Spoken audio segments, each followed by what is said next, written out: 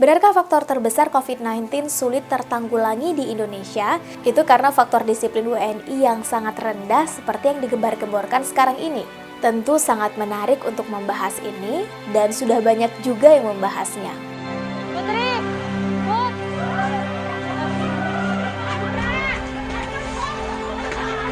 Kita boleh buka, guys.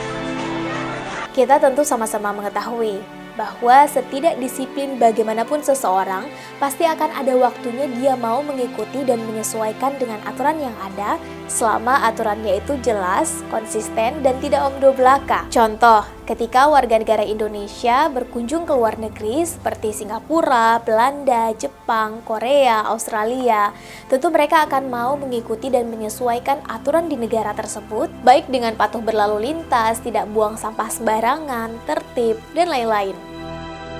Walaupun ketika pulang kembali ke Indonesia, mereka akan kembali pada kebiasaan lama yang tidak teratur itu. Kenapa bisa begitu? Karena aturan, sistem, dan lingkungan berbicara. Dan bicara tentang aturan, kita pasti bicara tentang konsistensi. Karena aturan tidak berarti apa-apa tanpa konsistensi. Sebagaimana seorang anak yang diminta ayahnya untuk bertutur kata sopan, kemungkinan besar akan membandel dan menganggap ayahnya tidak konsisten. Tatkala sang anak mendapati ayahnya yang dalam kesehariannya juga tidak menggunakan tutur bahasa yang sopan.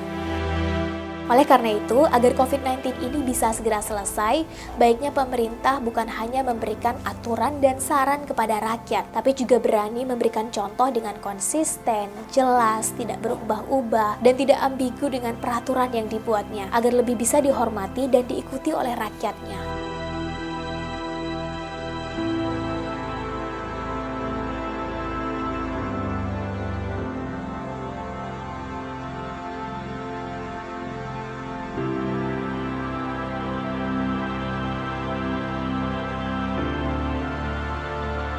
Rakyat kita butuh contoh dan tauladan yang real dari pemerintahnya. Butuh konsistensi antara yang diucap dan dijanjikan dengan yang dilaksanakan. Dan bukan basa-basi, omdo, formalitas, serta pencitraan.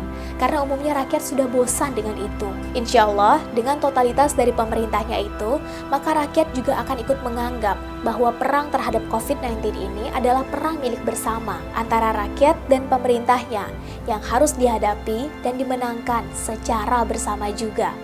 Semangat selalu Indonesiaku, Indonesia bisa.